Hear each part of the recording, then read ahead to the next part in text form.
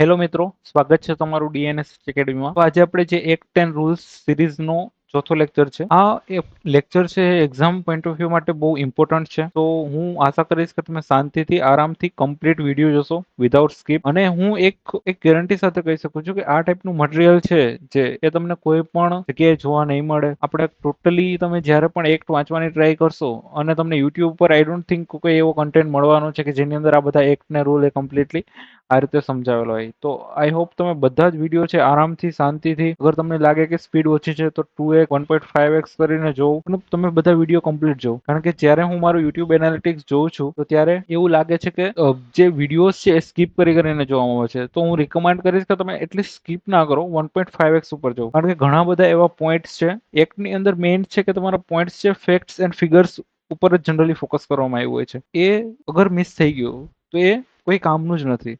એટલે બેટર છે તમે આરામથી શાંતિથી જે લેક્ચર છે એને જોવો, ફોલો કરો. તમને ડેફિનેટલી સમજાશે કે શું શું કહેવા માંગુ છું. અને અગર તમને કોઈ પણ પ્રકારનો ડાઉટ આવે છે કે સર તમને આ રીતે ભણાવો, આમાં આ રીતે સમજાતું નથી, આ રીતની ભાષાનો પ્રયોગ કરો, તો ડેફિનેટલી આપણે આગળ જતા બધું ઇમ્પ્રૂવ કરવાના છીએ. તો આની સાથે જ આપણે જે ચોથો લેક્ચર છે જે OSHW 2020 એક્ઝામની દ્રષ્ટિએ આ એક્ટ બહુ મહત્વનો છે. તો આપણે આગળ ચાલુ કરીએ છીએ OSHW 2020 ચેપ્ટર 1 ની અંદર જે ડેફિનેશન આવેલી છે એનું છે.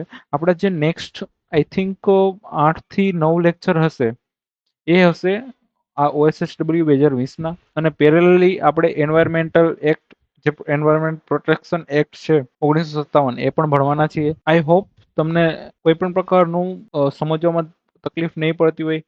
અત્યારે આપણે જે લેંગ્વેજ છે એ ગુજરાતી રાખેલી છે, પણ જે બનાવેલું છે મટીરિયલ એ ઇંગ્લિશની અંદર જ છે. તો એનું રીઝન એ છે કે અગર હું ગુજરાતીની અંદર બનાવત તો તમારે જે પોઈન્ટ છે, દાખલા તરીકે તમારે કોઈ નોટ્સ બનાવવા છે તો તમે રિલેટ નહીં કરી શકત.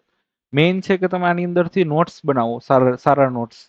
અને અગર તમને અને જે આની અંદર યુઝ કરેલો છે, સપોઝ આ દાખલા તરીકે ઝેડ એ આપણે યુઝ કર્યું છે, તો ઝેડ એ છે તમે જ્યારે એક્ટ કોઈ પણ એક્ટની PDF લેશો તો એની અંદર ઝેડ એ જ હશે. તો એની અંદર કઈ રીતે આપણે સિમ્પ્લિફાઈ થઈ શકે એ સિમ્પ્લિફિકેશન કરીને જ તમને સમજાવવાની ટ્રાય કરી છે. જે આજે આપણે ફર્સ્ટ ડેફિનેશન ભણવાના છીએ એ છે હાઝાર્ડસ પ્રોસેસ. તો આ પણ એક ઇમ્પોર્ટન્ટ છે, યાદ રાખવું. હાઝાર્ડસ પ્રોસેસ એટલે એવી પ્રોસેસ કે એક્ટિવિટી કે જે ઇન્ડસ્ટ્રી અથવા પ્લાન્ટેશનને રિલેટેડ હોય અને જે ફર્સ્ટ શેડ્યુલની અંદર ડિફાઇન હોય. હવે સ્કેડ્યુલ શું છે? ફર્સ્ટ શેડ્યુલ, સેકન્ડ શેડ્યુલ તમે સાંભળ્યું હશે. તો જ્યારે પણ કોઈ પણ એક્ટ બને છે તો એની અંદર લેટ્સ એક્ઝામ્પલ આપણે લઈએ કે દાખલા તરીકે એક મેં કીધું કે હાઝાર્ડસ પ્રોસેસના કેમિકલ્સ છે એનાથી કોઈને નુકસાન થઈ શકે છે. તો જ્યારે ગવર્મેન્ટને એક લિસ્ટ એકના રિલેટેડ એક લિસ્ટ બહાર પાડવું પડે છે. તો કયા કયા કેમિકલ્સ છે એ હાઝાર્ડસ છે, એને કેટલી લિમિટમાં યુઝ કરી શકે છે. તો એની જે ડિટેલ્સ હોય છે એ કોઈ પણ એક્ટના એન્ડની અંદર સ્કેડ્યુલના ફોર્મમાં આપેલી હોય છે. સો એક લિસ્ટ હશે, એની અંદર જે પ્રોસેસ આપેલી હશે ફર્સ્ટ શેડ્યુલની પ્રોસેસ, એ બધી પ્રોસેસને હાઝાર્ડસ પ્રોસેસ કહેવામાં આવશે. અને કોરોના રિલેશનમાં વાત થાય છે તો કાં તો ઇન્ડસ્ટ્રી અથવા પ્લાન્ટેશન. પ્લાન્ટેશનનું પણ શું કામ વાત થાય છે કે જ્યારે આપણે કોઈ કેમિકલ કે યુઝ કરતા હોય છે પ્લાન્ટેશનની અંદર, તો એટલે પ્લાન્ટેશનની અંદર આની અંદર કવર કરવામાં આવ્યું છે. હવે આ છે કે ક્યારે સ્પેશિયલ કેર કે કાળજી રાખવામાં ન આવે, ઠીક છે.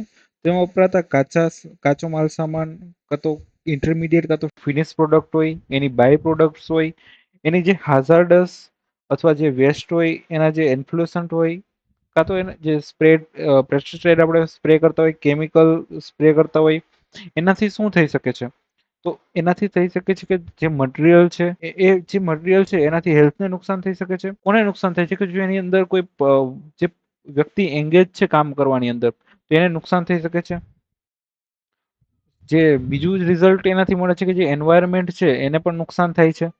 તો કઈ કઈ પ્રોસેસ છે તો એની અંદર જે આ ટાઈપની હાઝાર્ડસ પ્રોસેસ આવરી લેવામાં આવે છે, તો કે એબ્રેસિવ બ્લાસ્ટિંગ છે, ઇલેક્ટ્રોપ્લેટિંગ છે, લીડ સ્મેલ્ટિંગ છે. હવે જ્યારે લીડનું સ્મેલ્ટિંગ થતું હોય છે તો જ્યારે ઘણા જે કેમિકલી જે મતલબ ઝેરી ફ્લુમ્સ નીકળતા હોય છે, એના લીધે પણ શું કહી શકીએ કે નુકસાન થવાના હ્યુમનને, નેચરને પણ ચાન્સીસ હોય છે. તો એના લીધે પણ થઈ શકે છે. જ્યાં પેસ્ટિસાઇડનું મેન્યુફેક્ચરિંગ થતું હોય છે, જંતુનાશક દવાનું મેન્યુફેક્ચરિંગ થતું હોય છે, ત્યાં પણ ખાસ પ્રકારનું અગર આપણે ધ્યાન રાખવું જરૂરી હોય છે. બીજું છે કે કોલ ફાયર્ડ છે, હાઈ પ્રેશર બોઇલર ઓપરેશન્સ છે. હવે જનરલી આપણે અવારનવાર જોતા હોઈએ છીએ કે જે કોઈક પણ કે ઇન્ડસ્ટ્રીની અંદર કે આપણે ન્યૂઝ સાંભળતા જ હોઈએ છીએ કે બોઇલર ફાટ્યું, એનાથી આટલા લોકોને નુકસાન થયું. જ્યારે પણ હાઈ પ્રેશર બોઇલરનું પણ જ્યાં વર્ક થતું હોય છે, તો એ પણ જે પ્રોસેસ છે એને હાઝાર્ડસ પ્રોસેસ એની અંદર કવર કરવામાં આવે છે. જ્યારે પણ હાઝાર્ડસ પ્રોસેસ આવે છે, તો એ જગ્યાએ કઈ કઈ પ્રકારની આપણે સ્પેશિયલ કેર લેવાની હોય છે. તો જે સેફટીની કેર લેવી પડે છે, પણ પછી એની અંદરથી જે એની પ્રોડક્ટ્સ નીકળતી હોય છે, એનું આપણે કઈ રીતે નિરાકરણ કરશું એનું પણ ખાસ કરીને આપણે ધ્યાન રાખવું પડતું હોય છે. તો આ બધી પ્રોસેસને ધ્યાન રાખવા માટે આ આપણે અલગથી ડેફિનેશન આપવી પડે છે. તો જે નેક્સ્ટ આપણે ભણવાના છીએ એ છે હાઝાર્ડસ સબસ્ટન્સ. એવું કોઈ સબસ્ટન્સ કે જેની ક્વોન્ટિટી છે એ સ્પેસિફાઈ કરેલી હોય એપ્રોપ્રિએટ ગવર્મેન્ટ દ્વારા. હવે એપ્રોપ્રિએટ ગવર્મેન્ટ સેન્ટ્રલ પણ હોઈ શકે છે, કાં તો સ્ટેટ પણ હોઈ શકે છે. એની ક્વોન્ટિટી છે જનરલી રૂલ્સની અંદર ડિફાઇન કરેલી હોય છે, કાં તો એક જે એક્ટના શેડ્યુલની અંદર કેટલી ક્વોન્ટિટીમાં યુઝ કરવાનું હોય છે. હવે દાખલા તરીકે આપણે એક્ઝામ્પલ લઈએ કે કોઈ ઇન્ડસ્ટ્રી છે, એની અંદર જે કાં તો કોઈ બીજું એક એવું હાઝાર્ડસ કેમિકલ છે કે જેનો યુઝ કરવામાં આવે છે, તો ગવર્મેન્ટ સ્પેસિફાઈ કરશે એની લિમિટ કે તમે એક વર્ષની અંદર કાં તો એક મહિનાની અંદર આટલું જ કેમિકલ યુઝ કરી શકો છો. બીજું કે એ કેમિકલ યુઝ થયા પછી જે હાઝાર્ડસ ની જે એજન્સીસ હોય છે, એ એજન્સી જ એનું નિરાકરણ કરી શકે છે. તો એને પણ તમારે ઇન્વોલ્વ કરવી પડે છે. એનું જે જે વેસ્ટેજ નીકળે છે એને રિસાયકલ કરવાની અંદર, કાં તો એનો જે કઈ રીતે નિરાકરણ કરશો એની અંદર. તો એટલા માટે ગવર્મેન્ટ એ સ્પેસિફાઈ કરે છે. એનાથી વધુ તમને પરમિશન મળતી નથી એ કેમિકલ પર્ટિક્યુલર કેમિકલ યુઝ કરવાની. હવે આપણને એ પ્રશ્ન થાય કે કોઈ પણ પદાર્થ ખતરનાક ગણવામાં આવે છે, તો એના જે કોઈ શું કારણો હશે? તો એના બે જનરલી કારણો હોય છે. એક તો એની કેમિકલ અને જે ફિઝિયોકેમિકલ પ્રોપર્ટીઝ છે, અને બીજું છે કે એવા કે એનાની અંદર જનરલી શું કહે છે કે ચાન્સ હોય છે કે આગળ પકડી લે છે, કાં તો બ્લાસ્ટ થાય છે, અથવા તો તેને શું થાય છે કે એને હેન્ડલ કરવામાં વધારે સાવચેતી રાખવાની જરૂર હોય છે આપણે. તો જનરલી બે વસ્તુ છે કે એની કેમિકલ અથવા એની ફિઝિયોકેમિકલ પ્રોપર્ટીઝના લીધે હાઝાર્ડસ બને છે. હવે આવા જે સબસ્ટન્સ હોય છે એનાથી શું થાય છે કે હ્યુમનને શારીરિક જનરલી ઇન્સ્ટન્ટલી તમને દેખાય નહીં કે આની અસર થાય છે કે હ્યુમન બોડીની અંદર, પણ over the period of time છે તમને એની અસર જોવા મળતી હોય છે. તો એનાથી જે શારીરિક કે સ્વાસ્થ્યમાં સંબંધિત ખતરો રહેલો હોય છે માણસને. અને શું શું હાર્મ કરે, કઈ કઈ વસ્તુને આ હાઝાર્ડસ સબસ્ટન્સ હાર્મ કરે છે. કોઈ પણ પ્રોપર્ટીઝ હોય એને હાર્મ કરી શકે છે. કોઈ લિવિંગ ક્રીચર હોય, કોઈ પણ પ્રકારના ક્રીચર હોય તો એને પણ હાર્ઝાર્ડ કરી શકે છે. કોઈ પણ પ્લાન્ટ્સ છે, માઇક્રો ઓર્ગેનિઝમ છે. દાખલા તરીકે કોઈ તમે કેમિકલ છે તમારી ઇન્ડસ્ટ્રીની અંદર યુઝ થાય છે અને તમે ઓપનમાં ડમ્પ કરો છો, અને વિધાઉટ પરમિશન તમે ડમ્પિંગ કરી નાખ્યું, અને એની અંદરથી કોઈ એવી પ્રોપર્ટીઝ છે કેમિકલની, તો એના લીધે તમારા લિવિંગ ક્રીચર છે એને પણ નુકસાન થાય છે. જે જમીનની અંદર રહેલા માઇક્રો ઓર્ગેનિઝમ હોય છે એને પણ નુકસાન થાય છે. નેક્સ્ટ છે મેઇન છે કે એન્વાયરમેન્ટને પણ નુકસાન થાય છે. તો આ બધી વસ્તુથી બચવા માટે ગવર્મેન્ટે આ બધી ડેફિનેશન્સને આવરી લીધી છે, કે જેનાથી ડેફિનેશનની મદદથી પણ કયા કયા રૂલ બનાવવા છે, શું બનાવવું છે, એનાથી આપણને આઈડિયા આવે છે. નેક્સ્ટ જે ડેફિનેશન આપણે ભણવાના છીએ કે ઇન્ડસ્ટ્રીયલ પ્રીમાઇસ. હવે આ ડેફિનેશન છે એક્ઝામ પોઈન્ટ ઓફ વ્યૂ માટે જરૂરી છે નહીં, સો ખાલી આપણે ભણવા ખાતર ભણી લેશું. સો કોઈ એવી જગ્યા કે પ્રીમાઇસ ઇન્ક્લુડિંગ બાઉન્ડ્રી, તો એને ઇન્ડસ્ટ્રી જે જગ્યાએ કોઈ પણ પ્રકારનું કાર્ય થતું હોય મેન્યુફેક્ચરિંગનું, તો એને ઇન્ડસ્ટ્રીયલ પ્રીમાઇસ કહેવામાં આવશે. હવે એની અંદર શું કવર નથી થતું? અગર એ પ્રીમાઇસની અંદર કોઈ ડ્વેલિંગ હાઉસ, તો આ વર્ડ યાદ રાખવો જરૂર છે. ડ્વેલિંગ હાઉસનો મતલબ થાય છે કોઈ પર્સનલ હાઉસ હોય અંદર, તો એનો સમાવેશ થતો નથી. નેક્સ્ટ છે કે એ જગ્યાએ ઇન્ડસ્ટ્રી, કોઈ પણ પ્રકારનો બિઝનેસ થતો હોય, કોઈ પણ પ્રકારનો ઓક્યુપેશન કે મેન્યુફેક્ચરિંગ થતું હોય, તો એને ઇન્ડસ્ટ્રીયલ પ્રીમાઇસ કહેવામાં આવશે. એ જગ્યાએ વિથ ઓર વિધાઉટ પાવર નો યુઝ કરીને થતું હોઈ શકે છે, ડઝન્ટ મેટર એ. અને એની અંદર કોઈ પણ એ પ્રીમાઇસ છે, જે બાઉન્ડ્રીની વોલ છે, એની અંદર અગર ગોડાઉન બી આવેલું છે, તો આનો પણ એક સમાવેશ થાય છે. ઇન્ડસ્ટ્રીયલ પ્રીમાઇસની અંદર પણ ડ્વેલિંગ હાઉસનો સમાવેશ નહીં થાય. આ બે પોઈન્ટ છે એ ચાન્સીસ છે એક્ઝામની અંદર પૂછાવાના, તો જનરલી યાદ રાખી શકીએ છીએ, કારણ કે બહુ ઇઝી છે. કે ઇન્ડસ્ટ્રીયલ પ્રીમાઇસ છે, કઈ વસ્તુનો સમાવેશ નથી થતો? તો કે પ્રાઇવેટ હાઉસનો સમાવેશ, ડ્વેલિંગ હાઉસનો સમાવેશ થતો નથી. કઈ વસ્તુનો સમાવેશ થાય છે? તો કે બાઉન્ડ્રીઝ છે એની અંદર રહેલા ગોડાઉનનો સમાવેશ થાય છે. આપણે ઇન્ડસ્ટ્રી એટલે શું છે કે એનું ગુજરાતી મતલબ છે ઉદ્યોગ. હવે ઉદ્યોગ કોને કહેવાય? હવે દાખલા તરીકે કોઈ એમ્પ્લોયર છે, એ એક મેન્યુફેક્ચરિંગ માટે એક સિસ્ટમેટિક એક્ટિવિટી કરતો હોય, કોના કોર્પોરેશનથી, કે માલિક જે એમ્પ્લોયર છે એ અને વર્કર એ બંને મળીને, હવે એક વર્કર છે કોન્ટ્રાક્ટર થ્રુ આવેલા હોય કે તો ડાયરેક્ટલી હોય, ડઝન્ટ મેટર. સો અગર એ જગ્યાએ કોઈ મેન્યુફેક્ચરિંગ થાય છે આ બંનેના કોલાબરેશનથી, તો એ જગ્યાને ઇન્ડસ્ટ્રી કરવામાં કહેવામાં આવશે. હવે આ જે એક્ટિવિટીઝ થાય છે અલગ અલગ, એ માનવની જે જરૂરિયાતો છે એને સંતોષવા માટે થવી જોઈએ.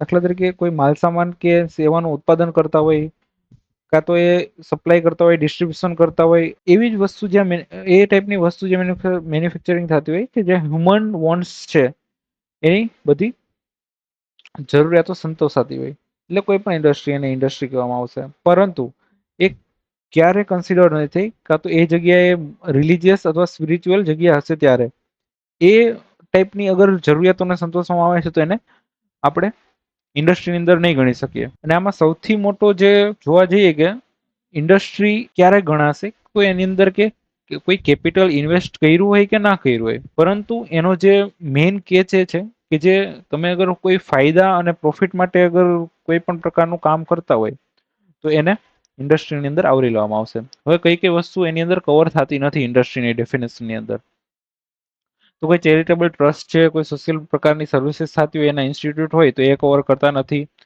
કોઈ એવા ફંક્શન્સ છે જે ડિફેન્સ રિસર્ચ, એટોમિક એનર્જીના અલગ અલગ સ્પેસ રિલેટેડ કાર્ય થતા હોય તો એ પણ ઇન્ડસ્ટ્રીની અંદર કવર નથી થતું. કે કોઈ ઘરેલું સર્વિસ છે, દાખલા તરીકે કોઈ હાઉસકીપિંગની સર્વિસ છે, દાખલા તરીકે તમારા ઘરે થતી હોય, એ પણ ઇન્ડસ્ટ્રીમાં નથી કવર કરવામાં આવતી.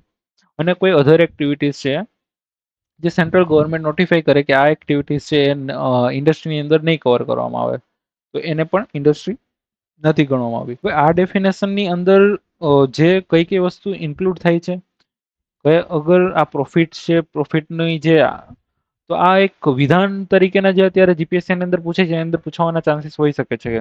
વિધાન વાક્ય જે ટાઈપના પૂછાય છે કે કઈ કઈ વસ્તુ ઇન્ક્લુડ થતી નથી, કઈ કઈ વસ્તુ ઇન્ક્લુડ થાય છે, શું મોટિવ હોય છે તો એને ઇન્ડસ્ટ્રી ગણવામાં આવશે. તો આ ટાઈપનો અને આના નોટ્સ બનાવવા પણ જરૂરી છે. જે નેક્સ્ટ આપણે ડેફિનેશન જોવાના છીએ ઇન્સ્પેક્ટર કમ ફેસિલિટેટર. તો આની પહેલા જે આપણે ડેફિનેશન જોઈ હતી પાછળ લેક્ચરની અંદર હતી એ ચીફ ઇન્સ્પેક્ટર કમ ફેસિલિટેટર હતી. આ જે ડેફિનેશન છે ઇન્સ્પેક્ટર કમ ફેસિલિટેટર. તો એ વ્યક્તિ કે જેને અપોઇન્ટ કરવામાં આવ્યો હોય સેક્શન 34 ના સબસેક્શન 1 પ્રમાણે, તો એને ઇન્સ્પેક્ટર કમ ફેસિલિટેટર કહેવામાં આવે છે. હવે જ્યારે આપણે આગળના લેક્ચર જોશું તો અલગ અલગ જે ચીફ ઇન્સ્પેક્ટરની છે, ઇન્સ્પેક્ટર કમ ફેસિલિટેટરની છે, એની બધીની ડ્યુટીઝ શું હોય છે, એનો રોલ શું હોય છે, તો આપણે એ બધી એની કેટલી પાવર એની પાસે શું હોય છે, તો એ બધી આપણે ડિસ્કશન આગળના લેક્ચરની અંદર કરશું. કારણ કે અત્યારે અગર અહીંયા ડિસ્કશન કરવા બેસું તો થોડો વિડીયો લાંબો બની જશે. તો નેક્સ્ટ ડેફિનેશન છે ઇન્ટરસ્ટેટ માઇગ્રન્ટ વર્કર. તો આ ડેફિનેશન છે એ પણ બહુ જરૂરી છે. આ બંને ડેફિનેશન છે. તો આ ડેફિનેશનમાં મેઇન છે કે કોઈ વ્યક્તિ છે એ કોઈ બીજા સ્ટેટમાંથી કામ કરવા માટે એને એમ્પ્લોયમેન્ટ માટે બીજા સ્ટેટમાં આવે છે. હવે ડાયરેક્ટલી આવતો હોય કે કોન્ટ્રાક્ટર થ્રુ આવતો હોય, એક સ્ટેટમાંથી બીજા સ્ટેટમાં કામ કરવા થ્રુ આવતો હોય, એનું રિક્રુટમેન્ટ છે એક સ્ટેટમાંથી હોય અને કામ એ બીજા સ્ટેટમાં કરતો હોય, ડાયરેક્ટલી અથવા કોન્ટ્રાક્ટર થ્રુ. આ યાદ રાખવું ખૂબ જરૂરી છે. અથવા તો કોઈ એવો પર્સન કે પોતાની રીતે એક સ્ટેટથી બીજા સ્ટેટમાં એમ્પ્લોયમેન્ટના પર્પઝથી આવતો હોય તો એને ઇન્ટરસ્ટેટ માઇગ્રન્ટ વર્કર કહેવામાં આવશે. પરંતુ અહીંયા એક કેચ છે અને આ ખૂબ જ એક્ઝામમાં પૂછાવાના ચાન્સીસ પણ વધુ હોય છે કે સર ઇન્ટરસ્ટેટ માઇગ્રન્ટ વર્કર છે તો એ તો કોઈ મેનેજર હોય છે, કોઈ સુપરવાઇઝર હોય છે, એ પણ એક સ્ટેટમાંથી બીજા સ્ટેટમાં કામ કરવા આવતા હોય છે, તો એને કઈ રીતે આપણે ઇન્ટરસ્ટેટ માઇગ્રન્ટ વર્કર નથી ગણતા? તો ગવર્મેન્ટે એનું પણ એક સોલ્યુશન છે કે એની જે મિનિમમ વેજીસ છે એ 18,000થી અગર વધુ છે તો એને ઇન્ટરસ્ટેટ માઇગ્રન્ટ વર્કર ગણવામાં નહીં આવે. અથવા તો અગર સેન્ટ્રલ ગવર્મેન્ટ નોટિફાઈ કરશે કે 18,000 ની જગ્યાએ એમ કહેશે કે ભાઈ 20,000 છે, એનાથી મતલબ 18,000થી હાયર અમાઉન્ટ છે સેન્ટ્રલ ગવર્મેન્ટ નોટિફાઈ કરી શકે છે કે આનાથી વધુ અગર અમાઉન્ટનું અગર વર્કર કામ કરતો હશે એને ઇન્ટરસ્ટેટ માઇગ્રન્ટ વર્કર કહેવામાં નહીં આવે. જનરલી જે અલગ અલગ સ્ટેટ હોય છે એમને કયા કયા વર્કર છે એક સ્ટેટમાંથી બીજા સ્ટેટમાં કામ કરવા આવતા હોય છે એનો રેકોર્ડ રાખવો ખૂબ જરૂરી હોય છે. પણ અત્યારની જે સિચ્યુએશન હોય છે કે એના પ્રમાણે ઘણી વખત રેકોર્ડ ઇન્ડસ્ટ્રી રાખતી હોય છે, ઇન્ડસ્ટ્રી નથી રાખતી હોતી. જ્યારે તમે કોઈ ફેક્ટરી તમે ચાલુ કરો છો એની અંદર કોઈ બહારના વર્કર આવતા હોય છે, તો તમારે જેટલા વર્કર આવ્યા હોય છે એની ઇન્ફોર્મેશન જે તમારી જે અધિકારી હોય છે એને જનરલી આપવાની હોય છે. પણ ઘણી વખત નાના નાના કંપનીઝ હોય છે, કારખાના હોય છે, એની અંદરની ઇન્ફોર્મેશન મળતી નથી, એટલે આનો પૂરતો જે રેકોર્ડ છે એ રાખી શકાતો નથી. તો જનરલી આ ઇન્ફોર્મેશનની રિક્વાયરમેન્ટ શું હોય છે, તો કે ઇન્ટરસ્ટેડ માઇગ્રન્ટ વર્કર હોય છે અને ઘણા બધા પ્રકારના અલગથી લાભો મળતા હોય છે. તો એના માટે આની ઇન્ફોર્મેશન રાખેલી હોય છે. જે નેક્સ્ટ ડેફિનેશન છે મશીનરી, આ એટલું બધું યાદ રાખવાની જરૂરિયાત નથી આ ડેફિનેશન. સો એવી કોઈ આર્ટિકલ્સ અને કોમ્બિનેશન ઓફ આર્ટિકલ્સ મીન્સ કોઈ અલગ અલગ પાર્ટ અથવા એના કોમ્બિનેશન ઓફ અલગ અલગ પાર્ટને મળીને એસેમ્બલી કરીને અરેન્જ કરીને કનેક્ટ કરવામાં આવે તો એને મશીનરી કહેવામાં આવે છે. અને આનો યુઝ છે એ એક ફોર્મ એનર્જીથી બીજા ફોર્મની એનર્જીમાં અગર કન્વર્ટ કરવામાં થતો હોય અને એનાથી કામ કરવામાં આવતું હોય, અથવા કોઈ એવા આર્ટિકલ જે યુઝ થતા હોય developing, receiving, storing, containing, confining, transforming, transmitting, transferring અથવા તો controlling any form of energy. ઠીક છે, તો આને મશીનરી ગણવામાં આવશે. પણ આ ડેફિનેશન જનરલી ચાન્સીસ નથી પૂછાવાના, સો આ તમે સ્કીપ કરી શકો છો. પણ એક વખત વાંચવામાં કોઈ વાંધો નથી, કારણ કે આપણે as a mechanical engineer, as electrical engineer, as a chemical engineer આપણે મશીનરીનો આઈડિયા હોય જ છે આપણને. મેજર પોર્ટ્સ છે, તો જે ગવર્મેન્ટનો જે છે કે સેક્શન ઇન્ડિયન પોર્ટ્સ એક્ટ 1908 એની અંદર ના સેક્શન 3 ના ક્લોઝ 8 ની અંદર જે ડેફિનેશન આપેલી હોય તેને મેજર પોર્ટની ડેફિનેશન છે. તો આ બંને ડેફિનેશન્સનું એટલું બધું કોઈ કામ નથી આપણી જે એક્ઝામ રિલેટેડ. જે નેક્સ્ટ ડેફિનેશન આપણે જોવાના છીએ એ છે મેન્યુફેક્ચરિંગ પ્રોસેસીસ. હવે આ જનરલી આપણે as a chemical, electrical and mechanical engineer તરીકે આપણને આ મેન્યુફેક્ચરિંગ પ્રોસેસનો આઈડિયા હોય જ છે.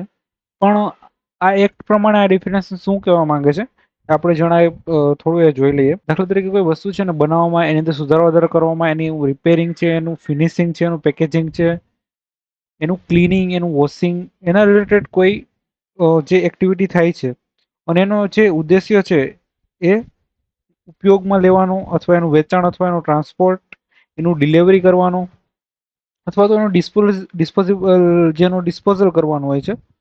તો એમાં અગર યુઝ થતો હોય આ કોઈ પણ વસ્તુનો તો એને મેન્યુફેક્ચરિંગ પ્રોસેસ કહેવામાં આવે છે. હવે આપણે બીજા ઘણા બધા મુદ્દાઓ જોશું કે બીજી કઈ કઈ એક્ટિવિટી એવી છે કે જેને મેન્યુફેક્ચરિંગ પ્રોસેસની અંદર કવર કરવામાં આવે છે. દાખલા તરીકે કોઈ ઓઇલનું પમ્પિંગ થતું હોય, વોટરનું, સ્યુએજનું, અથવા તો કોઈ એવા સબસ્ટન્સ હોય એનું પમ્પિંગ થતું હોય તો એને પણ મેન્યુફેક્ચરિંગ પ્રોસેસની અંદર કવર કરવામાં આવે છે.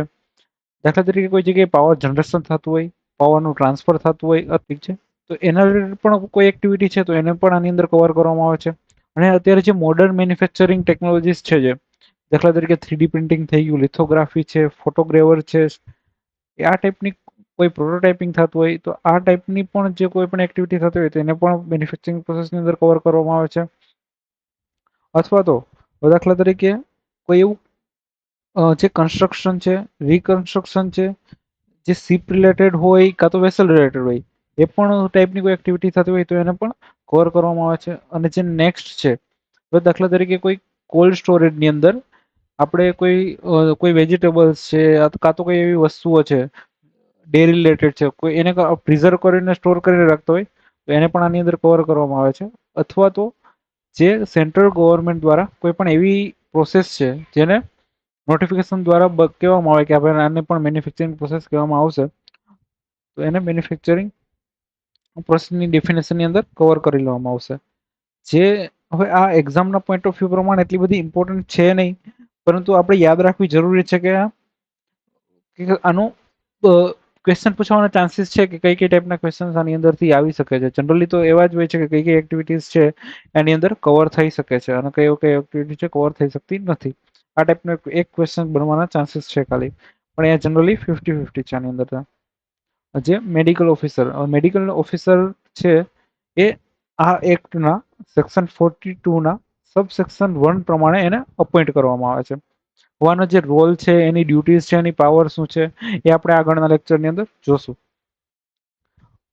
જે એક છે મેટ્રો રેલવે. હવે આ ડેફિનેશન એટલી બધી એક્ઝામ પ્રમાણે જે ઇમ્પોર્ટન્ટ છે નહીં, તો જે મેટ્રો રેલવે એના ઓપરેશન મેન્ટેનન્સ એક્ટ 2002 છે એના સેક્શન 2ના ક્લોઝ વનના સબ ક્લોઝ વનની અંદર આની ડેફિનેશન આપવામાં આવી છે. તો આ કોઈ યાદ રાખવાની રિક્વાયરમેન્ટ છે નહીં આપણે. નેક્સ્ટ જે ડેફિનેશન છે માઇન છે. તો આની જે ડેફિનેશન છે મિત્રો, ઘણા બધા પોઈન્ટ આની અંદર કવર થતા હોય. જનરલી આપણે જોતા હોય છે કે ખાણ, આપણે જ્યારે માઇન શબ્દ સાંભળીએ એટલે આપણને ખાણનો વિચાર આવતો હોય અને આપણા મગજમાં માત્ર એવું થાય કે કોઈ ખોદકામ રિલેટેડ ખાલી એક્ટિવિટી હશે અને એના કરતા મજૂરો જ આપણા મગજમાં આવે છે. પરંતુ આની જે કાયદાની નજરમાંની બહુ બ્રોડર એક ડેફિનેશન આપવામાં આવી છે. આપણા દાખલા તરીકે પેલા મુદ્દાની વાત કરીએ તો કોઈ પણ એવું ખોદકામ કે જ્યાં ખનિજ, ઠીક છે, એને શોધવા અને અથવા ખનિજ મેળવવા માટે કોઈ એક એની પ્રક્રિયા ચાલતી હોય તો એને ખાણ કહેવામાં આવે છે. આ એક એની બેઝિક ડેફિનેશન છે. હવે એની અંદર બીજી કઈ કઈ એક્ટિવિટી છે એવી કે જે કવર થતી હશે તો એને માઇન કહેવામાં આવશે. દાખલા તરીકે કોઈ જગ્યાએ બોરિંગ થતું હોય, બોરહોલ્સ થતા હોય, ઓઇલ વેલ હોય, તો આ બધા ટાઈપની જે જગ્યાઓ છે એને પણ માઇનની અંદર કવર કરવામાં આવશે. દાખલા તરીકે કોઈ ઊંડા રસ્તા હોય છે, કાં તો સંક હોય છે, મતલબ કૂવા હોય છે, એને પણ આની અંદર કવર કરવામાં આવે છે. કાં તો એક એવા ઢાણાવાળા એવા રસ્તા હોય છે તો એને પણ આની અંદર કન્સિડર કરવામાં આવશે, જે જમીનની અંદરથી મતલબ બનાવેલા હોય છે. દાખલા તરીકે આપણે જોવા જઈએ તો જે અત્યારના ટાઈમમાં બોરિંગ કરીને જે ટનલ્સ બનાવે છે, જે હાઈવે માટે જ હોય છે કાં તો ટ્રેન માટે હોય છે, તો એને પણ જનરલી આની અંદર કવર કરવામાં આવેલી છે. કાં તો ઓપન કાસ્ટ વર્કિંગ છે. ઓપન કાસ્ટ વર્કિંગની ડેફિનેશન આની અંદર અલગથી આપવામાં આવી છે. પણ જનરલી એનો મતલબ એવો થાય કે જે ખુલ્લામાં માઇનિંગ થતું હોય, જે આપણે જોતા જ હોઈએ છીએ, જે આપણા ગામડાના વિસ્તાર હોય છે એની અંદર જે કપચી અને કાકરી કાઢવા માટે જે ઓપન માઇનિંગ થતું હોય છે, તો એ આની અંદર કવર થાય છે. પછી બીજું છે કે જે માઇનના રિલેટેડ કામની અંદર જે કન્વેયર્સ ને રોપવેઝ યુઝ થતા હોય છે, તો એ પણ આનો એક ભાગ છે. નેક્સ્ટ છે કે એની અંદર જે ઓડિસ થતી હોય, મશીનરી વર્ક થતું હોય, રેલવે, ટ્રેમવે, આ ટાઈપની પણ કોઈ હોય છે જે એક્ટિવિટીઝ, તો એને પણ આની અંદર કવર કરવામાં આવે છે. કોઈ પણ પ્રકારનું પ્રોટેક્ટિવ વર્ક થતું હોય એને પણ કરવામાં આવે છે. માઇનની અંદર જે વર્કશોપ, સ્ટોર હોય, અગર એ સેમ મેનેજમેન્ટની અંદર હોય તો એને પણ આની અંદર કવર થાય છે. કાં તો કોઈ પાવર સ્ટેશન, સબસ્ટેશન લાગેલું હોય, ટ્રાન્સફોર્મર લાગેલું હોય, એ પણ માઇનનો પાર્ટ છે. અથવા તો કોઈ એવી જગ્યા છે ઓક્યુપાયર રાખેલી હોય કે જે એની અંદરથી જે ઘણી બધી વસ્તુ નીકળતી હોય છે, તો એને અલગ જગ્યા રાખીને એ જગ્યાએ ડમ્પ કરવાનું રાખેલું હોય છે, અને એનો ઓનર એ સેમ હોય તો એને પણ આની અંદર માઇનની અંદર ગણવામાં આવશે. હવે સેમ આ ટોપિક પણ એવો જ છે કે જે જગ્યાએ અલગથી એક જગ્યા લઈને એને ટ્રાન્સફર કરવા માટે રાખ્યું હોય તો એને ગણવામાં આવશે. અને અગર આ માઇન છે એ ગવર્મેન્ટ દ્વારા ઓન કરવામાં આવતી હોય તો એને પણ કન્સિડર કરવામાં આવે છે. હવે મિનરલ્સની ડેફિનેશન જોઈએ તો આપણને બધાને ખબર જ છે કે જે વસ્તુ જમીનની અંદરથી નીકળતી હોય છે, જે પણ ટાઈપના ગોલ્ડ છે, કોપર છે, એ બધાને જ આપણે મિનરલ્સ કહેતા હોય છે. જનરલી કયા ઓપરેશન્સથી આ મેળવવામાં આવે છે? તો કે માઇનિંગ છે, ડિગિંગ છે, ડ્રિલિંગ છે, ડ્રેગિંગ છે, હાઇડ્રોલિક છે, ક્વેરિંગ છે, કાં તો એના કોઈ અલગ ઓપરેશન થતા હોય. તો આ ડેફિનેશનનું એટલું બધું મહત્વ નથી, પરંતુ આપણને આઈડિયા હોવો જરૂરી છે કે આની અંદર બીજી કઈ વસ્તુ કવર થાય છે. તો આની અંદર છે એ મિનરલ ઓઇલ્સ, જેવા કે નેચરલ ગેસ, પેટ્રોલિયમ છે, જે આપણે ક્રૂડ ઓઇલ કહેતા હોય છે, એની અંદર જે પેટ્રોલ અને ડીઝલ કાં તો જે નેચરલ ગેસ બને છે, ઠીક છે, તો આને પણ મિનરલ્સનો પાર્ટ કહેવામાં આવ્યો છે. તો આ યાદ રાખવો પોઈન્ટ જરૂરી છે કે આપણને જનરલી આઈડિયા નથી હોતો કે આને પણ મિનરલ્સ ગણવામાં આવે છે, પણ આ એક પ્રમાણે આની અંદર જે ડેફિનેશન આપી છે એમાં મિનરલ્સને પણ, જે મિનરલ ઓઇલ્સ છે એને પણ કવર કરવામાં આવ્યા છે. હવે મોટર ટ્રાન્સપોર્ટ અંડરટેકિંગ, હવે જોવા જઈએ ત્યારે જ્યારે આ મોટર ટ્રાન્સપોર્ટ અંડરટેકિંગ માટે પેલા અલગથી લો હતો, તો આને હવે આ લોની અંદર જે અલગ અલગ એક્ટ ભેગા કરીને કોડ બનાવવામાં આવ્યો છે, તો એને પણ આની અંદર આવરી લેવામાં આવ્યો છે. સો મેન જે આપણે સમજવાનું છે તો આ ડેફિનેશન છે એ યાદ રાખવી આપણા માટે ખૂબ જરૂરી છે. જે મોટર ટ્રાન્સપોર્ટ અંડરટેકિંગની વાત કરીએ તો એવી અંડરટેકિંગ, કોઈ એવી સંસ્થા કાં તો એવી એજન્સી કાં તો એવી કંપની જેની અંદર મોટર ટ્રાન્સપોર્ટ વર્કર છે એ કામ કરતા હોય. હવે એ કોઈ પેસેન્જરને લેવા મૂકવા માટેનું કામ કરતા હોય, કાં તો કોઈ માલ સામાનના મૂકવા માટેનું કામ કરતા હોય. બાય રોડની વાત થાય છે, ઠીક છે, તો એને મોટર ટ્રાન્સપોર્ટ અંડરટેકિંગ કહેવામાં આવશે. હવે જનરલી જોવા જઈએ તો કોઈ જે આપણે જોતા હોઈએ છીએ કે કોઈ પ્રાઇવેટ બસ એજન્સીસ છે, ઠીક છે, કોઈ રોડવેઝના જે માલ સામાન ટ્રાન્સફર કરવા માટેના જે રોડવેઝના હોય છે એ બધા આની અંદર કવર થાય છે. હવે એ ક્યારે આને મોટર ટ્રાન્સપોર્ટ અંડરટેકિંગ કહેવામાં આવશે કે જ્યારે એ કોઈ હાયર અને રિવોર્ડ મતલબ જે પ્રોફિટ માટે કામ કરતા હોય ને તો જ એને કહેવામાં આવશે. અને એની અંદર પ્રાઇવેટ કેરિયરને પણ ઇન્ક્લુડ કરવામાં આવે છે. પ્રાઇવેટ કેરિયરમાં દાખલા તરીકે કોઈ કંપની છે એને પોતાનું પ્રાઇવેટ વ્હીકલ છે અને માલ સામાન લેવા માટે અગર યુઝ કરવામાં આવે છે એનો, તો પણ એનાથી પણ એ કંપનીને પ્રોફિટ જ થાય છે અને ગુડ્સનો એની અંદર જે આવજાવ થાય છે તો એને પણ આની અંદર કન્સિડર કરવામાં આવશે. નેક્સ્ટ છે મોટર ટ્રાન્સપોર્ટ વર્કર. સો આની ડેફિનેશન પણ જરૂરી છે યાદ રાખવી. સો કોઈ એવી વ્યક્તિ કે જે મોટર ટ્રાન્સપોર્ટ અંડરટેકિંગમાં કામ કરતી હોય, કાં તો એ પોતાની રીતે કામ કરતી હોય ડાયરેક્ટલી, કાં તો કોઈ એજન્સી થ્રુ કામ કરતી હોય, એને વેજીસ મળતા હોય કે ના મળતા હોય, એને પગાર મળતો હોય કે ના મળતો હોય, અગર એની અંદર કામ કરે છે તો એને મોટર ટ્રાન્સપોર્ટ વર્કર કહેવામાં આવશે. એની પ્રોફેશનલ કેપેસિટીમાં કામ કરતો હોય. પ્રોફેશનલ કેપેસિટી મીન્સ કોઈ ડ્રાઈવરને ડ્રાઇવિંગ આવડે છે, ઠીક છે, અને ટ્રાન્સપોર્ટ વ્હીકલમાં દાખલા તરીકે કામ કરે છે, તો એને પણ ટ્રાન્સપોર્ટ વર્કર કહેવાશે. કાં તો એની પ્રોફેશનલ કેપેસિટી મતલબ એ ડ્રાઈવર એને આવડતું હોય એને કામ કરતો હોય, કાં તો કોઈ એવું કામ હોય કે જે અરાઇવલ, ડિપાર્ચર, લોડિંગ અને અનલોડિંગ રિલેટેડ કામ હોય તો પણ એ આની અંદર કન્સિડર થશે. હવે આની અંદર કોણ કોણ કન્સિડર થાય છે કે તો ડ્રાઈવર છે, કંડક્ટર છે, ક્લીનર છે, સ્ટેશન સ્ટાફ છે, લાઇન ચેકિંગ સ્ટાફ છે, બુકિંગ ક્લાર્ક છે, કેશ ક્લાર્ક છે. દાખલા તરીકે એજન્સી આપણે કોઈ હોય ત્યાં કોઈ કાઉન્ટર ઉપર કોઈ બેઠા હોય છે જે કેશ કલેક્ટ કરતા હોય છે તો એનો પણ આની અંદર સમાવેશ થાય છે.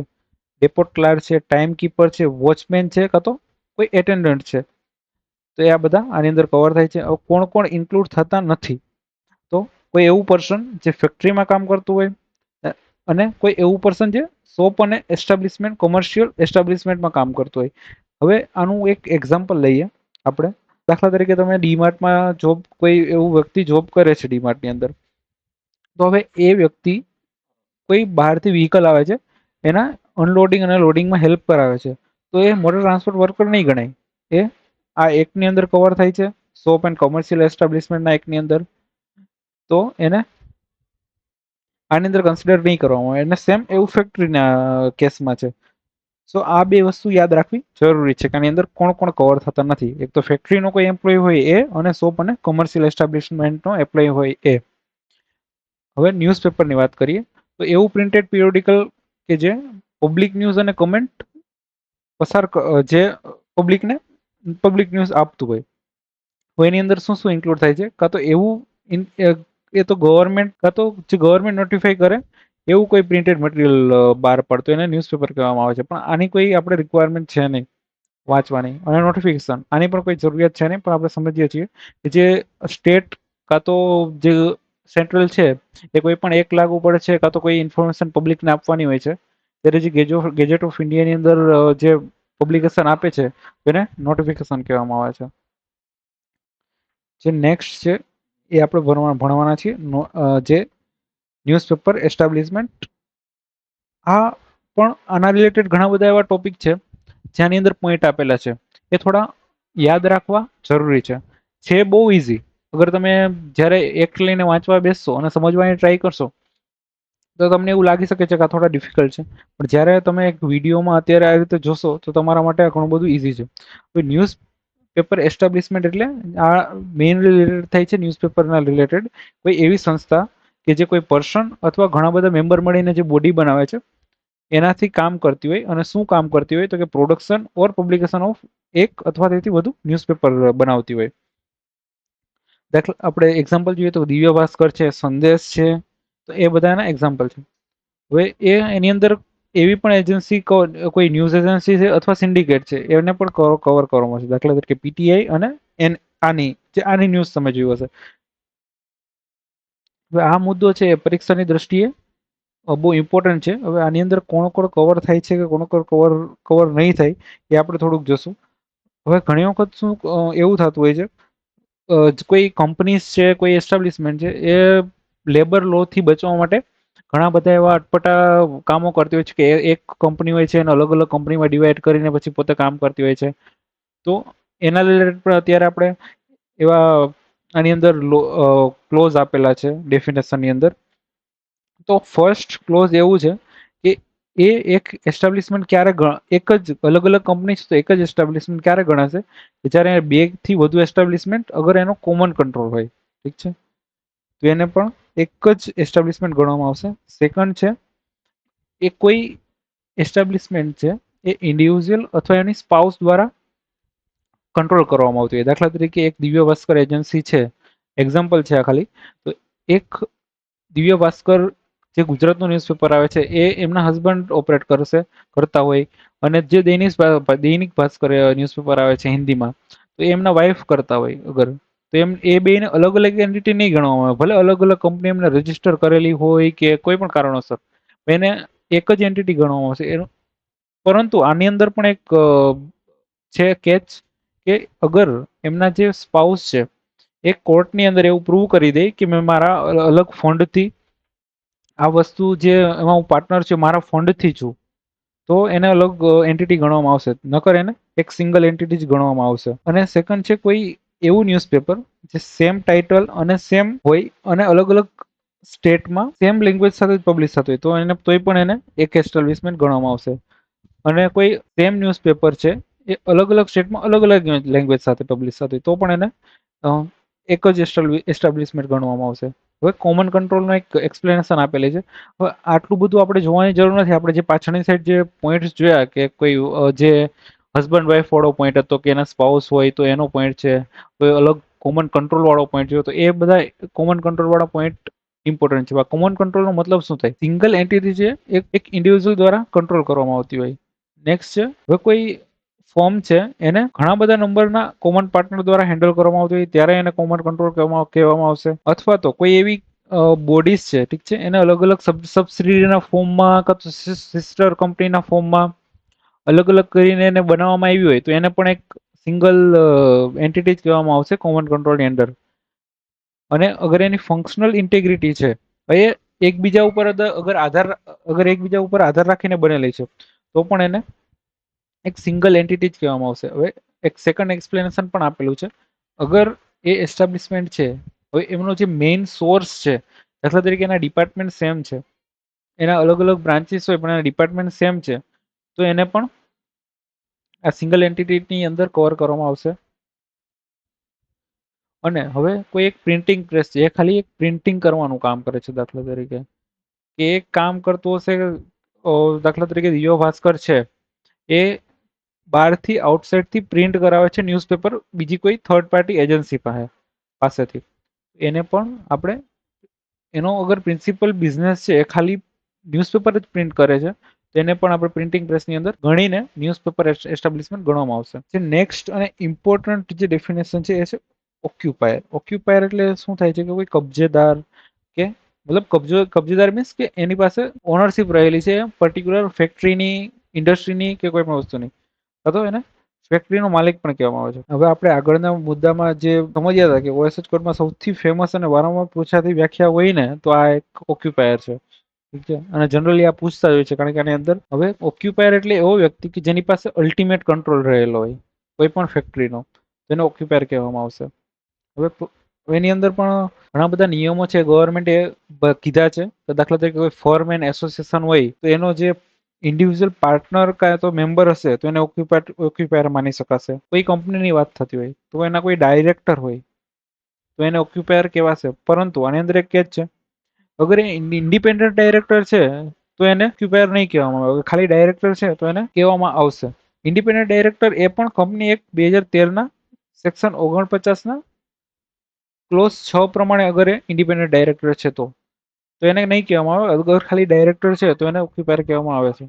અગર કોઈ ગવર્મેન્ટ અથવા લોકલ ઓથોરિટી છે, ઠીક છે, એના કોઈ એને મેનેજ કરવા માટે કોઈ એવો પર્સન બનાવેલો છે તો એને પણ એને ઓક્યુપાયર કહેવામાં આવશે. જે નેક્સ્ટ ડેફિનેશન છે ઓક્યુપાયરમાં, જે એની અંદર થોડી સીપ રિલેટેડ છે તો એ આપણે જોશું.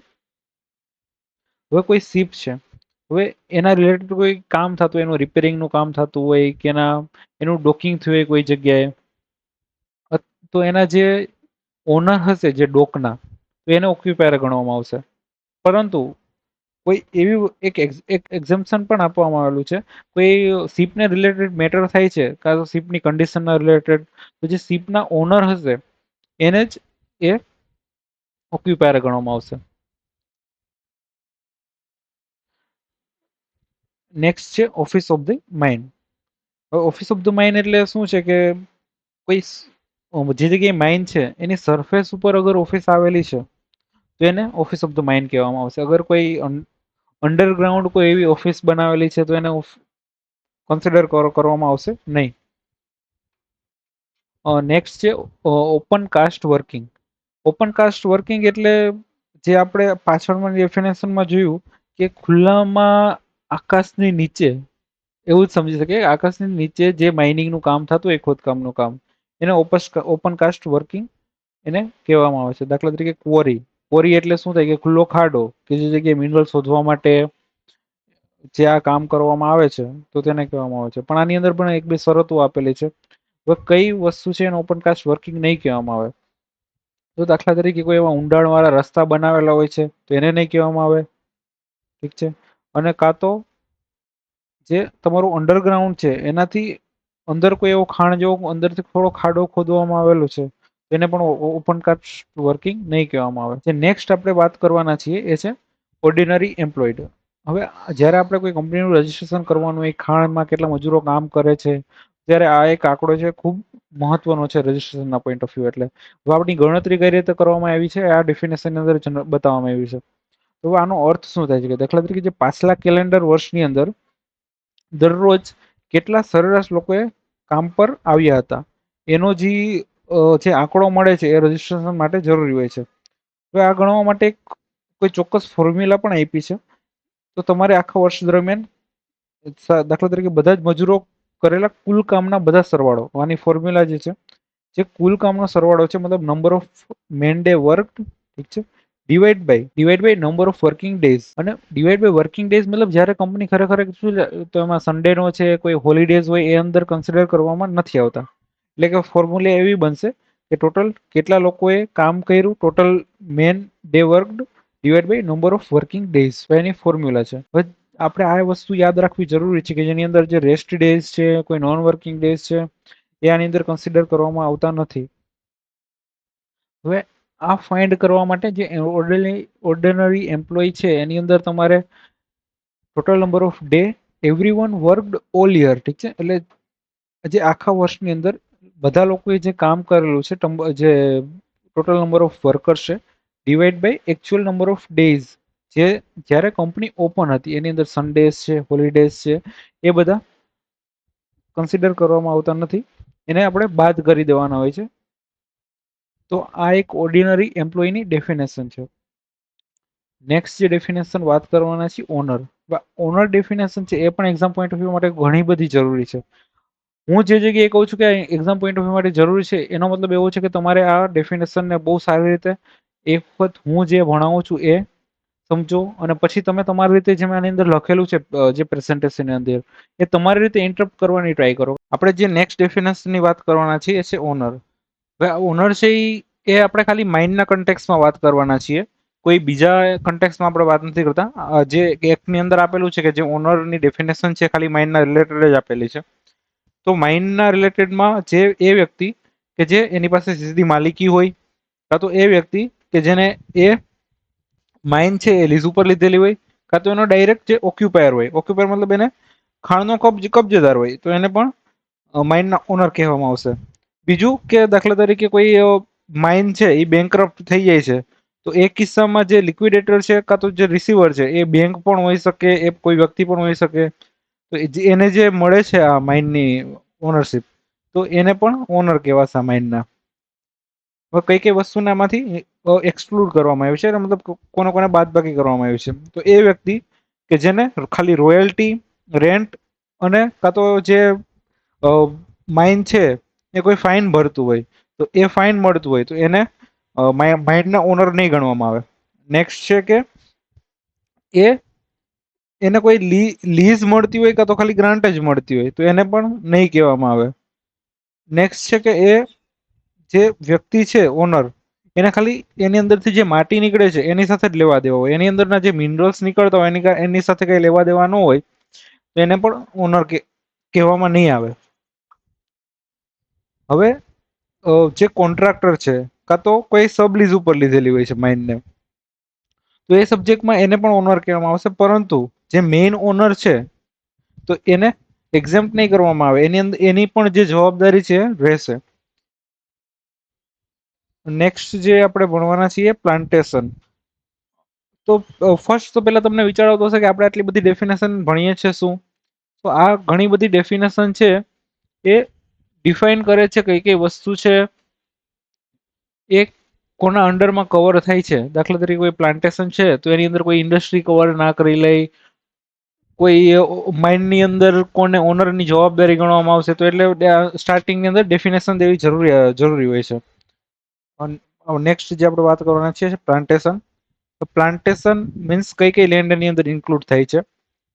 ફર્સ્ટ છે કે એવી જગ્યા કે જે ટી, કોફી, રબર, શિન્કોના અને કાર્ડમમ એટલે એલચી છે એ, અથવા એના 5 હેક્ટરની જમીન હોય, એની પાસે 5 હેક્ટર અથવા એનાથી વધુ જમીન હોય, એની અંદર આ ટી, કોફી, રબર, સિન્કોના અને કાર્બેડમ ઉગાડવામાં આવતું હોય, એને પ્લાન્ટેશનની અંદર આવરી લેવામાં આવ્યું છે. અને કોઈ એવા બીજા પ્લાન્ટ જે રાજ્ય સરકાર દ્વારા, રાજ્ય સરકાર પાસે પાવર છે, કેન્દ્ર સરકારની મંજૂરીથી અંદર અગર એને કોઈ બીજા પ્લાન્ટ ઉગાડવા છે અને એની પાસે 5 હેક્ટર અથવા એથી વધુ જમીન છે અને છેલ્લા 12 મહિનાની અંદર એને ત્યાં કોઈ વ્યક્તિઓ કામ કરે છે, તો એને પણ આની અંદર કવર કરી લેવામાં આવશે. હવે એક આ છે કે કન્ટિન્યુઅસ લેન્ડ, તો આનું એક એક્સપ્લેનેશન આપેલું છે આની અંદર. તો એવી પીસ ઓફ લેન્ડ કે જે પ્લાન્ટની સળંગ મતલબ જોડાયેલી હોય, કનેક્ટેડ હોય. એક જમીન છે એ 5 હેક્ટરથી ઓછી હોય, એની અંદર દાખલા તરીકે કોફી કાં તો જે ચા છે એ ઉગાડવામાં આવે છે, અને બીજી છે એના કન્ટિન્યુઅસમાં હોય અને સેમ એમ્પ્લોયર હોય, તો આ બંને પીસને મર્જ કરીને પણ અગર 5 હેક્ટર થાય છે અથવા એનાથી વધુ થાય છે તો એને પણ પ્લાન્ટેશનની કેટેગરીની અંદર કવર કરવામાં આવશે. હવે આ એક છે કે સ્ટેટ પાસે એક પાવર રહેલી હોય છે, એની પાસે એક સત્તા છે કે જો અગર જમીન છે એ 5 હેક્ટરથી ઓછી છે તો એને પણ એ પ્લાન્ટેશન ગણી શકે છે. પરંતુ આ લાગુ ક્યારે પડશે કે જ્યારેથી આ OSHW એક્ટ લાગુ પડ્યો એની પહેલા અગર એને સ્ટેટે ડિક્લેર કરી દીધી છે કે જમીન છે 5 હેક્ટરથી ઓછી છે અને એની અંદર આ વસ્તુ ઉગાડવામાં આવે છે, દાખલા તરીકે ચા ઉગાડવામાં આવે છે, તો એને જ્યારથી ડિક્લેર કરી દીધી હશે તો એને ગણવામાં આવશે. પરંતુ આ એકના લાગુ પડ્યા પછી અગર એ કન્સિડર કરશે 5 હેક્ટરથી ઓછી હશે તો એને કન્સિડર કરવામાં નહીં આવે. હવે આની અંદર પ્લાન્ટની અંદર કોને કોને બીજું પ્લાન્ટની અંદર કોને કોને ઇન્ક્લુડ કરવામાં આવે છે, તો કે પ્લાન્ટની આજુબાજુમાં રહેલી ઓફિસ, હોસ્પિટલ જે આ જમીનની અંદર હોય, તો ડિસ્પેન્સરી, સ્કૂલ્સ છે, કાં તો કોઈ અધર કનેક્ટેડ પ્રીમાઇસ હોય એને પણ કવર કરવામાં આવે છે. અને એક્સક્લુઝન કોનું કરવામાં આવે છે, તો કોઈ ફેક્ટરી હોય અગર તો એને આપણે અંદર આની પ્લાન્ટેશનની ડેફિનેશનની અંદર કવર કરતા નથી. જે નેક્સ્ટ ડેફિનેશન છે પ્રિસ્ક્રાઇબ. હવે આ ડેફિનેશન એટલી બધી યાદ રાખવાની જરૂરિયાત નથી, મતલબ જે એપ્રોપ્રિએટ ગવર્મેન્ટ છે એ રૂલ પ્રિસ્ક્રાઇબ કરે છે આ કોડની અંડરમાં, તેને પ્રિસ્ક્રાઇબની ડેફિનેશન કરવામાં આવે છે, પણ આ યાદ રાખવાની જરૂરિયાત છે નહીં. પ્રિન્સિપલ એમ્પ્લોયર, પછી આપણે પાછળ જે એક ડેફિનેશન ભણ્યા હતા એની અંદર આપણે આનો ઉલ્લેખ કરી દીધો છે કે પ્રિન્સિપલ એમ્પ્લોયર કોને કહેવામાં આવે છે, કે જે અગર કોઈ વ્યક્તિ કોન્ટ્રાક્ટ ઉપર રહે છે તો એક કોન્ટ્રાક્ટરે જેની પાસેથી કોન્ટ્રાક્ટ લીધેલો છે તો એને એના પ્રિન્સિપલ એમ્પ્લોયર છે એ વ્યક્તિ કહેવાશે. એક્ઝામ્પલ તરીકે તમે કોઈ તમારી ફેક્ટરી છે અને તમે કોઈ કોન્ટ્રાક્ટરને કામ આપેલું છે, તો એ કોન્ટ્રાક્ટર અને એના વર્કર માટે જે પ્રિન્સિપલ એમ્પ્લોયર હશે એ તમે પોતે હશો. સો આ કોન્ટ્રાક્ટ લેબરને કોણ અગર ગવર્મેન્ટ ઓફિસની અંદર, લોકલ ઓથોરિટીની અંદર કોઈ કોન્ટ્રાક્ટ લેબર કામ કરે છે તો એના માટે જે પ્રિન્સિપલ એમ્પ્લોયર હશે એના હેડ ઓફ ધ ડિપાર્ટમેન્ટ હશે, અથવા કોઈ સ્પેસિફાઈ કરેલા ઓફિસર હશે. અને કોઈ ફેક્ટરીની વાત થતી હોય તો એના ઓનર છે, એના ઓક્યુપાયર છે, અથવા કોઈ મેનેજર છે, એના પ્રિન્સિપલ જે એમ્પ્લોયર છે ગણવામાં આવશે. અગર માઇનની વાત થતી હોય તો ઓનર, એજન્ટ એ બંને છે એ બંનેમાંથી ગમે તે એના પ્રિન્સિપલ એમ્પ્લોય ગણવામાં આવશે, ત્યાં જે કોન્ટ્રાક્ટ ઉપર કામ કરતા હોય એના લોકોના. અને કોઈ એસ્ટાબ્લિશમેન્ટની વાત થતી હોય જ્યારે, તો કોઈ એવો રિસ્પોન્સિબલ પર્સન જે સુપરવિઝન અને જે એસ્ટાબ્લિશમેન્ટનો કંટ્રોલ જેના હાથમાં હોય, તો એને પણ આ પ્રિન્સિપલ એમ્પ્લોયર કહેવામાં આવશે. નેક્સ્ટ છે આપણે પ્રોડ્યુસર ઓફ ઓડિયો વિઝ્યુઅલ. હવે આપણે પ્રોડ્યુસર તો આપણને ખબર જ છે, આપણે બધા મૂવી જોઈએ જ છીએ, તો એના જે પ્રોડ્યુસર હોય છે, તો આપણે ઓડિયો વિઝ્યુઅલ એટલે એની અંડરમાં જ કવર થાય છે, તો આપણે એની વાત કરવામાં આવી છે. તો એ કોઈ વ્યક્તિ હોઈ શકે, કોઈ ફર્મ હોઈ શકે, યા તો કોઈ કંપની હોઈ શકે, જે ઓડિયો વિઝ્યુઅલને લગતા એક નેસેસરી અરેન્જમેન્ટ કરે છે અને એને પૈસા લગાવીને એને પ્રોડ્યુસ કરે છે. હવે એની અંદર કઈ કઈ વસ્તુ ઇન્ક્લુડ કરવામાં આવે છે, તો એ ઓડિયો વિઝ્યુઅલને લગતું ફાઇનાન્સ મતલબ ફંડિંગ આપે.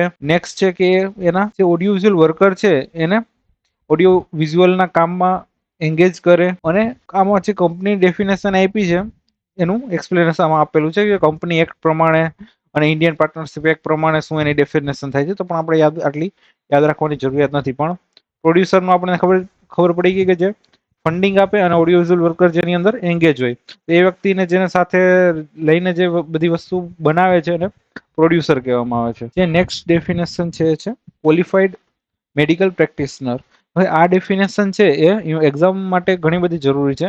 તો આપણે આગળના જે લેક્ચર આવશે એની અંદર જે આનો રોલ શું હોય છે, આ કયા સેક્શનની અંડરમાં આને અપોઇન્ટ કરવામાં આવે છે, એ બધી આપણે માહિતી મેળવશું. પણ અત્યારે જોઈએ કે જે ક્વોલિફાઈડ મેડિકલ પ્રેક્ટિશનર છે, જેની પાસે શું ડિગ્રી હોવી જોઈએ, કે જે મેડિકલ ક્વોલિફિકેશન હોવી જોઈએ under Indian medical council act 1956 છે એના સેક્શન 2(1) ના અંડરમાં. ઠીક છે.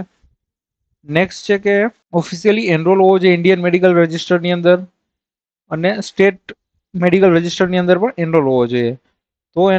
તો આટલા અગર એ નિયમોનું પાલન કરતો હશે, આની પાસે બધું હશે, તો એને અપોઇન્ટ કરી શકાય છે. તો કયા સેક્શનની અંદર એને અપોઇન્ટ કરવામાં આવે છે, કઈ રીતનું છે, એ આપણે આગળના વિડીયોની અંદર જોશું. નેક્સ્ટ છે રેલવે. તો આ પણ એટલી બધી જરૂરિયાત નથી આપણે વાંચવાની એની, પણ જે રેલવે એક્ટ 1989 છે એના સેક્શન 2 ના ક્લોઝ 31 ની અંદર જે ડેફિનેશન આપવામાં આવેલી છે રેલવેની એ છે. તો આ યાદ રાખવાની જરૂરિયાત છે નહીં આપણે અત્યારે. નેક્સ્ટ આપણે છે સેલ્સ પ્રમોશન એમ્પ્લોય. તો આ ડેફિનેશન પણ જરૂરી છે. એવો વ્યક્તિ કે જે સેલ્સના રિલેટેડ કામમાં જોડાયેલો હોય અને એને હાયર કરવામાં આવ્યો હોય, કાં તો રિવોર્ડ કરવા, જેને કોઈ ભથ્થું મળતું હોય related to promotion of sales, મતલબ સેલ્સ અને બિઝનેસના રિલેટેડમાં કામમાં જોડાયેલો હોય, પરંતુ કોને એક્સક્લુડ કરવામાં આવે છે, તો એ વ્યક્તિ જે સુપરવાઇઝર હોય પણ એની સેલેરી છે એ 18,000 થી વધુ હોય, અથવા કોઈ સેન્ટ્રલ ગવર્મેન્ટ ડિફાઇન કરે એનાથી વધુ હોય, તો એને સેલ્સ પ્રમોશન એમ્પ્લોય નહીં ગણવામાં આવે. નેક્સ્ટ છે કે એ વ્યક્તિ કે જે મેનેજરિયલ અથવા ખાલી એડમિન રિલેટેડ જ કામ કરતો હોય, એને પણ સેલ્સ પ્રમોશન એમ્પ્લોય ગણવામાં નહીં આવે. તો કોને ગણવામાં આવશે, તો એ વ્યક્તિ જેની 18,000 થી ઓછી સેલેરી છે, જે પ્યોરલી સેલ્સનું કામ કરે છે, એ કોઈ સુપરવાઇઝરી કામ કરતો નથી.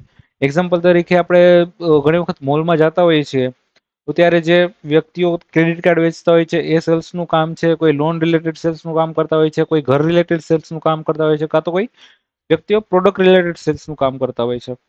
એ બધા જે વ્યક્તિઓ છે એને સેલ્સ પ્રમોશન એમ્પ્લોય ગણવામાં આવશે. હવે શેડ્યુલ, આ પણ એટલી બધી ઇમ્પોર્ટન્ટ નથી આપણા માટે ડેફિનેશન. આની અંદર જે આપણે જે વાત કરી કે શેડ્યુલ આપેલા છે હોય છે લાસ્ટમાં, જે ફર્સ્ટ શેડ્યુલ, થર્ડ શેડ્યુલ, કે જેની અંદર અલગ અલગ લિસ્ટ આપેલા હોય છે, તો એને શેડ્યુલ કહેવામાં આવે છે.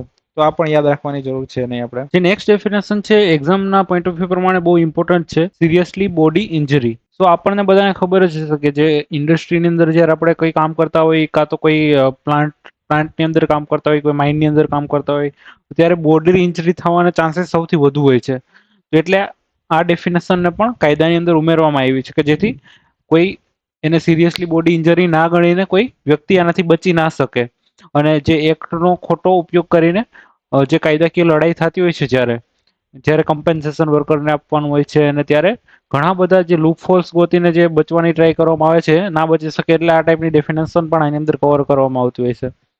જો આની અંદર અલગ અલગ પ્રકારની કન્ડિશન હોય છે, તો આપણે એક એક કરીને એની કન્ડિશન જોશું. ફર્સ્ટ એ છે કે જે કોઈ વ્યક્તિ છે, અગર એનું જે કોઈ એક અંગ છે એ પરમિનન્ટલી લોસ થઈ જાય, મતલબ એ કપાઈ જાય, કાં તો એનું એટલું બધું નુકસાન થઈ જાય કે એનો યુઝ જ ના થાય, તો એને આની અંદર કન્સિડર કરવામાં આવે છે. નેક્સ્ટ છે કે permanent loss of use. Permanent loss of use, આ યાદ રાખવું જરૂરી છે. એટલે કોઈ પણ વ્યક્તિ છે એના યુઝનો કોઈ દિવસ પછી પાછળથી યુઝ ના કરી શકે, તો એને પણ આની અંદર કન્સિડર કરવામાં આવશે. નેક્સ્ટ છે એની અંદર પરમિનન્ટ લોસ થાય અગર જોવાની ક્ષમતા અને એને સાંભળવાની ક્ષમતાની અંદર પણ જો અગર પરમિનન્ટ લોસ થઈ જાય તો એના અંદર ગણવામાં આવે છે. કાં તો એ કોઈ ફિઝિકલ ઇનકેપેસિટી, મતલબ એ લકવાગ્રસ્ત થઈ જાય અને એનું કાયમી પ્રકારની જે શારીરિક અસમર્થતા આવી જાય તો એને પણ આની અંદર ગણવામાં આવે છે. જે ફિફ્થ છે એના કોઈ હાડકા અને એના સાંધાની અંદર જોઈન્ટ્સની અંદર અગર ફ્રેક્ચર થઈ જાય કાં તો કમ્પ્લીટલી બોન તૂટી જાય તો પણ એને પણ સિરિયસલી બોડી ઇન્જરી છે. અને નેક્સ્ટ અને લાસ્ટ છે, હવે જે આપણે ઘણી વખત એવું થતું હોય કે જે મેજર હાડકા તૂટે તો જ એને સિરિયસલી બોડી ઇન્જરી કહેવામાં આવતું છે, પણ એવું નથી. અગર તમારા હાથની આંગળીઓ છે, પગની આંગળીઓ છે, એ પણ અગર તૂટી જાય છે તો એને પણ સિરિયસલી બોડી ઇન્જરીની અંદર ગણવામાં આવે છે. જે નેક્સ્ટ ડેફિનેશન ભણવાના છે ટેલિકોમ્યુનિકેશન સર્વિસ. તો આપણે એક્ઝામ પ્રમાણે આ નથી ઇમ્પોર્ટન્ટ એટલી બધી, આપણે ખાલી જોઈ લઈએ છીએ કે જે telecom regulatory authority India act 1997 છે એના સેક્શન 2 ના ક્લોઝ 1 ના પોઈન્ટ જે ક્લોઝ કે છે એની અંદર આની ડેફિનેશન આપવામાં આવી છે, પણ આ કોઈ યાદ રાખવાની રિક્વાયરમેન્ટ છે નહીં. હવે રિલે, હવે જનરલી આપણને ખબર છે કે આપણે જ્યારે કોઈ પણ ઇન્ડસ્ટ્રી હોય, કોઈ ફેક્ટરી હોય, તેની અંદર અલગ અલગ શિફ્ટમાં કામ ચાલતું હોય છે અને એક શિફ્ટ છે એ બીજી શિફ્ટને જ્યારે પાસ કરતી હોય છે કામ. તો રિલેનો મતલબ એ જ થાય છે કે જ્યારે બે કે તેથી વધુ વ્યક્તિઓ અથવા કોઈ ગ્રુપ છે એ કોઈ સેમ કામ કરતું હોય અને તો ત્યારે એને અને અલગ અલગ સમયગાળાની અંદર કરતું હોય તો એને રિલે કહેવામાં આવે છે. હવે એક્ઝામ્પલ તરીકે એક એક ફેક્ટરી છે એની અંદર કોઈ મશીનના પાર્ટ બનાવવાનું કામ ચાલે છે અને જે વ્યક્તિનું ગ્રુપ છે એ મશીન ઓપરેટ કરે છે અને એને જ બીજું જે ગ્રુપ આવીને એ 8 થી 4 વચ્ચે પેલું ગ્રુપ કામ કરે છે અને બીજું ગ્રુપ છે એ 4 થી 12 વચ્ચે કામ કરે છે. તો આ જે બંનેનો જે સમયગાળો મળશે એને રિલે કહેવામાં આવશે અને જે ઈચ પીરિયડ હશે, દાખલા તરીકે જે 8 થી 4 અને 4 થી 12 છે એને શિફ્ટ કહેવામાં આવશે. જે નેક્સ્ટ ડેફિનેશન ભણવાના છીએ એ વેજીસ. હવે આને તમે બહુ ધ્યાનથી અને આના જે પોઈન્ટ છે એ તમે કૃપા કરીને નોટ કરજો, કારણ કે આ એક્ઝામમાં બહુ જ ઇમ્પોર્ટન્ટ છે. હું કારણ કે એટલે કહું છું કે આની અંદર ઘણા બધા હમણાં જે નિયમની અંદર જે લેબલોની અંદર અને જે કોમ્પન્સેશન એક્ટની અંદર ઘણા બધા ચેન્જીસ થયા છે તો આ બહુ જરૂરી છે અને આના ક્વેશ્ચન પૂછાય છે કે કઈ વસ્તુ વેજીસની અંદર ઇન્ક્લુડ થાય છે, કઈ વસ્તુ વેજીસની અંદર ઇન્ક્લુડ નથી થતી. તો આની અંદર તમે ખાસ કરીને ધ્યાન રાખજો કે કઈ વસ્તુ ઇન્ક્લુડ થાય છે અને કઈ વસ્તુ ઇન્ક્લુડ નથી થતી. તો હવે પેલી તો વાત કરીએ કે વેજીસ કહેવાશે કોને, તો કોઈ વ્યક્તિને કોઈ સેલેરી અથવા જે રિમ્યુનરેશન મળતું હોય છે ઇન ટર્મ્સ ઓફ મની, પૈસાના સ્વરૂપમાં જે મળતું હોય છે તો એને વેજીસ કહેવામાં આવશે. અને એ ટર્મ્સ ઓફ એમ્પ્લોયમેન્ટ હોય, મતલબ કોઈ વ્યક્તિ કોઈને ત્યાં કામ કરતો હોય અને એ બધી એની જે કામ એને સોંપવામાં આવે છે અગર એ બધા કામ ફૂલફિલ કરતો હોય તો એને વેજીસ મળવા પાત્ર છે. કઈ વસ્તુ એની અંદર ઇન્ક્લુડ થાય છે? ફર્સ્ટ છે બેઝિક પે, જરૂર યાદ રાખજો. ફર્સ્ટ છે બેઝિક પે, સેકન્ડ છે ડિયરન્સ અલાઉન્સ, મતલબ જે મોંઘવારી ભથ્થું છે તે, અને થર્ડ અને લાસ્ટ છે રિટેનિંગ અલાઉન્સ. રિટેનિંગ અલાઉન્સ બધી વખતે આપવામાં આવતું નથી. જ્યારે કંપની છે કોઈ પણ એ અગર લોસની અંદર ચાલે છે કાં તો ઓફ સિઝન છે એની અંદર, તો જે મજૂરો છે એને છૂટા કરવાના બદલે એ કોઈ એક કોમ્પેન્સેશન થોડું આપ્યા રાખે છે કે જે એના વર્કરો છે એને કાઢવા નહીં અને એને સંભાળી રાખવા. એટલે દાખલા તરીકે ઘણી કંપની હોય છે કે જેની અડધી સેલેરી આપતી હોય છે કાં તો કોઈ પર ડે ના પ્રમાણે એને પૈસા આપતી હોય છે. તો આ જે મળે છે જે વર્કર્સને તો એને રિટેનિંગ અલાઉન્સ કહેવામાં આવે છે. અને મોંઘવારી ભથ્થું તો તમને બધાને આઈડિયા છે. તો 3 વસ્તુનો આની અંદર સમાવેશ કરવામાં આવે છે. આની અંદર કઈ વસ્તુ બાદબાકી કરવામાં આવી છે વેજીસની અંદરથી, અને જે સ્ટ્રિક્ટલી આની અંદર ઇન્ક્લુડ કરવામાં આવતું નથી. તો કોઈ પણ પ્રકારનું બોનસ મળતું હોય એ, અગર કોઈ તમને કંપની છે એ house accommodation, light, water, medical attendance, amenities આપે છે તો એ પણ કન્સિડર નથી થતું. કાં તો જે એમ્પ્લોયરનું કન્ટ્રીબ્યુશન હોય છે તેમાં, તો કે પેન્શનમાં, પીએફમાં, અથવા જે પીએફમાંથી મળતું જે ઇન્ટરેસ્ટ હોય છે એમાં, એને પણ આની અંદર નથી ગણવામાં આવતું. કાં તો કન્વેયન્સ અલાઉન્સ. કન્વેયન્સ અલાઉન્સ એટલે જે કોઈ વ્યક્તિ બીજા સ્ટેટની અંદર કોઈ બીજા સિટીની અંદર કામ કરતો હોય છે તો એને જે આવવા જવા માટેનું જે ટ્રાવેલિંગ અલાઉન્સ મળે છે તો એને કન્વેયન્સ અલાઉન્સ કહેવામાં આવે છે. તો એ પણ એની અંદર કન્સિડર કરવામાં નથી આવતું.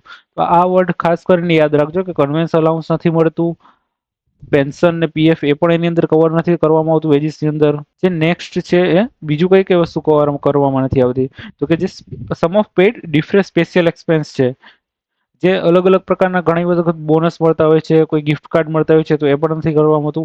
એચઆરએ આ પણ ઇમ્પોર્ટન્ટ પોઈન્ટ છે. કન્વેન્સ અલાઉન્સ એચઆરએ આ ટાઈપના એમસીક્યુ ની અંદર પૂછવામાં આવે છે. તો આ બંને વસ્તુ યાદ રાખજો. કન્વેન્સ અલાઉન્સ એચઆરએ એ પણ નથી કરવામાં આવતું. કોઈ એવોર્ડ કાં તો કોઈ સેટલમેન્ટ અમાઉન્ટ હોય, દાખલા તરીકે તમે જોબ છોડીને જવાનો હોય ત્યારે તમારું સેટલમેન્ટ કરવા માટે તમને કોઈ અમાઉન્ટ આપવામાં આવે છે, કાં તો તમે સારું વર્ક કરતા હોય તો એના એવોર્ડના રૂપે કોઈ તમને મની આપવામાં આવે છે, કાં તો કોઈ કોમ્પિટિશનની અંદર કંપની અંદર ઘણા બધા એક્ટિવિટીઝ થતી હોય છે, એની અંદર કોઈ તમને પ્રાઇઝ મની મળે છે, તો એ પણ આની અંદર કન્સિડર કરવામાં નથી આવતું. આ પણ જરૂરી છે. ઓવરટાઈમ અલાઉન્સ પણ વેજીસની અંદર કન્સિડર કરવામાં નથી આવતો. કન્વેન્સ એચઆરએ ઓવરટાઈમ અલાઉન્સ ઠીક છે. ગ્રેજ્યુટી પણ નથી કરવામાં આવતી. કોઈ કમિશન મળતું હોય, દાખલા તરીકે કોઈ સેલ્સના એમ્પ્લોય હોય છે, તો એ જે સેલ્સમાં કામ કરતા હોય એ લોકોને અગર એ લોકો લીડ લઈ આવે છે, એ લોકો કોઈ વર્ક લઈ આવે છે, તો એને કમિશન મળતું હોય છે, કોઈ 1%, 2%, 4%. તો એને પણ આની અંદર વેજીસની અંદર કન્સિડર કરવામાં નથી આવતું. Retrenchment compensation, retirement benefit, ex gratia. Retrenchment compensation એટલે શું થાય કે જ્યારે તમે ઘણા બધા વર્ષો કંપની અંદર કામ કર્યું અને તમે કંપની છોડીને જાઓ છો, ત્યારે કંપનીની પોલિસી હોય છે કે આ વ્યક્તિને એક સમ ઓફ અમાઉન્ટ છે એના બેઝિક પ્રમાણે, કોઈ એની કંપનીની હોય પોલિસી, એના પ્રમાણે એને એક જે અમાઉન્ટ આપવામાં આવે છે, તો એ પણ એની અંદર કન્સિડર કરવામાં નહીં આવે. સો આ સ્લાઇડની અંદર આપણે ખૂબ ખૂબ જે પોઈન્ટ યાદ રાખવાના છે, હું ખાસ કહું છું કે તમે નોટ કરીને રાખજો, તમે યાદ રાખજો. વેજીસની અંદર કઈ કઈ વસ્તુ ઇન્ક્લુડ થતી નથી. ફર્સ્ટ છે conveyance allowance, HRA, overtime allowance, gratuity, retrenchment allowance. આ કોઈ પણ વસ્તુ, પેન્શન છે, પીએફ છે, એ કોઈ પણ વસ્તુ કન્સિડર કરવામાં આવતી નથી. અને જે અત્યારે નવો રૂલ આવ્યો છે, ઘણી વખત તો એવું થતું હતું કે દાખલા તરીકે તમે અગર કોઈ પ્રાઇવેટ કંપની અંદર કામ કરેલું છે, તો જે જે કંપનીના રૂલ્સ હોય છે એના પ્રમાણે પહેલા એવું હતું કે દાખલા તરીકે તમારું 10 લાખ સીટીસી છે, તો 10 લાખમાંથી એ લોકો 30 થી 40% જે હિસ્સો છે તમારો, એ જ છે બેઝિક પેની અંદર કન્સિડર કરતા હતા. બાકી તમને અલગ અલગ અલાઉન્સ ગણાવીને તમને એવું કહીને કે તમારું ઇનહેડ વધુ આવશે, એના ચક્કરમાં તમે ઘણા બધા બેનિફિટ્સ છોડી દેતા, જે જનરલી આપણને આઈડિયા હોતો નથી. સો એ જે 30 થી 40% જ બેઝિક ગણવામાં આવતું હતું, તો એના લીધે જે કંપની છે એને ઘણો બધો ફાયદો થતો હતો, કારણ કે એમને પીએફનું જે એમ્પ્લોયરનું જે પીએફ આપવું પડતું હોય છે, તો એ એમ્પ્લોયરનું પીએફ એમને ઓછું આપવું પડે, અને ઘણા બધા એમને મનીની જે બચત થતી હતી. તો એ પણ ગવર્મેન્ટમાં ધ્યાનમાં લઈને હવે એવો નિયમ કાઢ્યો છે કે જે કોઈ પણ તમને જે ટોટલ રિમ્યુરેશન મળતું હોય, મતલબ તમને 10 લાખનું સીટીસી મળે છે, તો એનો જે 50% હિસ્સો હશે એ તમારા બેઝિક એને ગણવો પડશે. અને અગર જો 50%થી વધુ હશે તો એને પણ એ ગણીને પાછો તમારા જે મેઇન જે રિમ્યુરેશન તમને મળવાનું છે એની અંદર એડ બેક કરી દેવામાં આવશે. પણ આ યાદ રાખવું જરૂરી છે કે જે તમારું જે ટોટલ રિમ્યુરેશન છે એના 50%, અથવા તો કોઈ સેન્ટ્રલ ગવર્મેન્ટ નોટિફાઈ કરે એના પ્રમાણે તમને આપવામાં આવશે. હવે દાખલા તરીકે તમારું 10 લાખ સીટીસી હતું, એની અંદર 50% તમારું રિમ્યુરેશન મળ્યું, એના 50%ના એટલે મતલબ 5 લાખ, 5 લાખના 18%, તો તમને એટલે એપ્રોક્સ 10-10.5 હજારની આજુબાજુમાં તમારું પીએફ કપાશે. અગર બંને સાઈડનું પીએફ ગણો તો, સીટીસી હું ગણું છું તો મતલબ 5-5.5 હજાર, કઈ નથી વધુ. અને તમે અગર 30 થી 40% કમાવો તો તમારું પીએફ ઓછું કપાય છે, અને જે એમ્પ્લોયર જે પીએફ આપવાનું હોય છે તમને એ પણ ઓછું મળે છે. તો એના લીધે જે આ ગવર્મેન્ટ 50%નો જે નવો રૂલ લઈ આવી છે. અને બીજું એક વસ્તુ ઇમ્પોર્ટન્ટ છે, જે ઇક્વલ વેજીસ કોઈ પણ જેન્ડર હોય છે એને કન્વેન્સ, એચઆરએ, કોર્ટ એવોર્ડ અથવા તો ઓવર ટાઈમ છે, એ બધા માટે જે જેન્ડર છે એને ઇક્વલ આપવા જરૂરી છે. અને ફોર્થ, આપણે આને અલગ અલગ પાર્ટમાં જો કે ડિવાઈડ કર્યું છે ઇઝીલી સમજી શકીએ એના માટે. હવે પેમેન્ટ એક એવી કન્ડિશન આપવામાં આવી છે આ એક્ટની અંદર કે દાખલા તરીકે કોઈ એમ્પ્લોય છે, એને જે પગાર મળે છે એ કાં તો એને બેંક ખાતા થ્રુ મળતો હોય, કાં તો કેશમાં મળતો હોય. એ પગારમાંથી માલિકને ઘણી વખત જે એના ઓક્યુપાયર હશે, જે માલિક હશે, એને એવું થાય કે મારે જે એની સેલેરી આપું છું એનો થોડોક ભાગ છે એ સેલેરી આપીશ, અને થોડોક ભાગ કાં તો એનાથી થોડોક વધુ ભાગ એ છે એને કોઈ વસ્તુ આપીશ. મતલબ કોઈ એને એટલા જ ઇક્વલ રિમ્યુનરેશનનું જે કોઈ વસ્તુ આપીશ તો એ પણ આ એક્ટ પ્રમાણે વેલિડ છે, પરંતુ ક્યાં સુધી વેલિડ છે એની એક કન્ડિશન છે. અગર જે તમને ટોટલ જે વસ્તુ જે સેલેરી મળે છે, જે વ્યક્તિને જેટલી સેલેરી આપવાની થાય છે એના 15% જે વસ્તુની કિંમત છે એ વધવી ના જોઈએ. હવે એક્ઝામ્પલ લઈએ તો તમને વધુ સમજાશે. હવે એક કોઈ ટી પ્લાન્ટેશન વર્કર છે આસામની અંદર. હવે એ મંથલી 10,000 કમાય છે. હવે એમ્પ્લોયર એવું વિચારે છે કે 8,500 હું એને સેલેરી આપીશ, કેશ આપીશ, અને 1500 રૂપિયા બચ્યા એટલા જ સેમ અમાઉન્ટનું એને જે ટી છે એ અને રાઈસ આપીશ, મતલબ જે 10,000 ના 15% થઈ ગયા. તો જે 15% થઈ ગયા છે તો આ વેલિડ છે. પરંતુ અગર એ એવું વિચારશે કે હું એને 5,000 કેશ આપીશ અને 5,000 ના રાઈસ અને ટી આપીશ, તો એ કમ્પ્લીટલી ઇનવેલિડ છે જે એક્ટ છે એના પ્રમાણે. તો આઈ હોપ તમને આ વેજની જે ડેફિનેશન છે એ સમજાઈ ગઈ હશે. અને આના બધા પોઈન્ટ છે યાદ રાખવા ખૂબ જરૂરી છે મિત્રો. જે 50-50 નો રૂલ છે, 50% કયો કે જે 1/2 કયો, તો એ પણ યાદ રાખવું જરૂરી છે. અને અગર 50% થી વધુ જાય છે તો એના રિમ્યુનરેશન ની અંદર પાછું એડ બેક કરવામાં આવશે વેજીસ ની અંદર. તો જે આપણે નેક્સ્ટ ભણવાના છીએ એ છે વીક. આ પણ યાદ રાખવું જરૂરી છે કે વીક મીન્સ કે પીરિયડ ઓફ 7 ડેઝ, મતલબ 7 દિવસનું આખું જે અઠવાડિયું થાય છે એને કહેવામાં આવે છે. પણ એની શરૂઆત ક્યાંથી થાય છે એ જ યાદ રાખવું જરૂરી છે આની અંદર. તો સ્ટાન્ડર્ડ સ્ટાર્ટ ટાઈમ એનો ક્યારથી હોય છે કે beginning at midnight on Saturday night. Saturday નાઇટની મિડનાઇટ હોય છે ત્યારથી એની શરૂઆત થાય છે. તમે જે સેટરડે નાઇટની મિડનાઇટ ગણો કાં તો સન્ડેની અર્લી નાઇટ, જે રાતના 12 વાગે છે, જ્યારે મિડનાઇટ હોય સેટરડેની, કાં તો જે સન્ડેની બિગિનિંગ હોય એકદમ સ્ટાર્ટિંગ. અગર તમને એવું આપ્યું નથી ઓપ્શનની અંદર કે સેટરડેની મિડનાઇટ, તો તમારે સન્ડે સિલેક્ટ કરીને આવવાનું છે કે સન્ડેની જે સ્ટાર્ટિંગ જે હોય છે. પણ આની અંદર ખાલી એવું સન્ડેનું આપેલું નથી, ખાલી આપેલું છે કે beginning at midnight on Saturday, ક્યારથી ચાલુ થાય છે. તો આ જ યાદ રાખવાનું છે. હવે એક એક્ઝામ્પશન આપવામાં આવ્યું છે. દાખલા તરીકે કોઈ અલગ અલગ એરિયાની અંદર જે ચીફ ઇન્સ્પેક્ટર કમ ફેસિલિટેટર છે એ લેખિતમાં એપ્રુવ કરી શકે છે કે જે વીકની શરૂઆત છે એ કયા દિવસના ક્યારથી થશે, કઈ નાઇટથી એની શરૂઆત થશે કોઈ પર્ટિક્યુલર એરિયાની અંદર. તો એ ની પાવર છે એ ચીફ ઇન્સ્પેક્ટર કમ ફેસિલિટેટર પાસે હોય છે. નેક્સ્ટ ડેફિનેશન આ પણ ઇમ્પોર્ટન્ટ છે. વર્કર, કોને વર્કર કહેવામાં આવશે? તો એવો વ્યક્તિ કે જે એસ્ટાબ્લિશમેન્ટની અંદર કામ કરતો હોય, કેવું કે manual, unskilled, skilled, technical, operational, clerical અથવા સુપરવાઇઝરી વર્ક કરતો હોય. હવે એ જે કામ કરતો હોય એને કોઈ ભાડું મળતું હોય, કાંઈ તો એને કોઈ મહેનતાણું મળતું હોય, એના માટે એ કામ કરતો હોય. કોઈ ફ્રીમાં કામ કરતો હશે એને તો વર્કર કહેવાશે નહીં. તો આની અંદર કોને કોને ઇન્ક્લુડ કરવામાં આવે છે?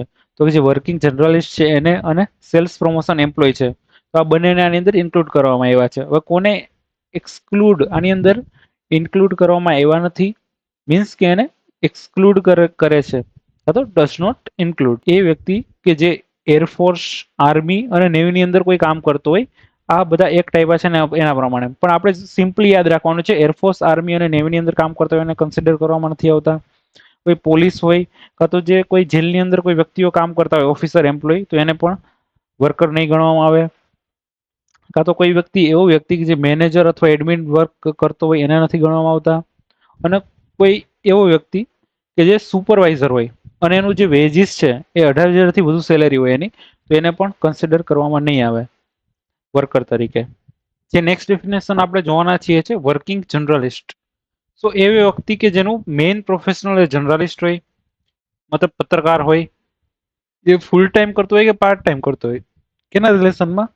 કે ન્યૂઝપેપર એસ્ટાબ્લિશમેન્ટ, કાં તો ઇલેક્ટ્રોનિક, કાં તો ડિજિટલ મીડિયા. હવે ડિજિટલ મીડિયા તો આપણને ખબર છે કે જે ઇન્સ્ટાગ્રામની અંદર, યુટ્યુબની અંદર કે એ ટાઈપના જે અત્યારે ઘણા બધા ન્યૂઝ ચેનલો ખુલી ગયા છે, તો એના રિલેટેડ પણ કામ કરતા હોય તો એને પણ વર્કિંગ જર્નલિસ્ટની ડેફિનેશનની અંદર કવર કરવામાં આવે છે. હવે બીજું કોને કોને ઇન્ક્લુડ કરવામાં આવે છે? કયા કયા જે આના રિલેટેડ કામ હોય તો એને ઇન્ક્લુડ કરવામાં આવે છે? તો કે જે એડિટર હોય, lead writer, news editor, sub editor, feature writer, copy tester, reporter, correspondent, cartoonist, news photographer and proof reader. So આ બધું યાદ રાખવાની એટલી બધી જરૂરિયાત છે નહીં, તો પણ આપણે એક વખત ભણી લઈએ છીએ. અને કોને એક્સક્લુડ કરવામાં આવે છે. કોઈ એવો વ્યક્તિ કે જે ખાલી મેનેજિયલ, સુપરવાઇઝર અથવા તો એડમિન વર્ક કરતો હોય, તો એને આની ડેફિનેશનની અંદર કવર કરવામાં આવતા નથી. સો આની સાથે જે એક્ટની જે ડેફિનેશન આપેલી છે એની આ લાસ્ટ ડેફિનેશન છે. હવે બે એક્સપ્લેનેશન આપવામાં આવ્યા છે કે અબોવ ગ્રાઉન્ડ ને બિલો ગ્રાઉન્ડ શું કહેવામાં આવે છે. આપણે એ વખત જોઈ લઈએ.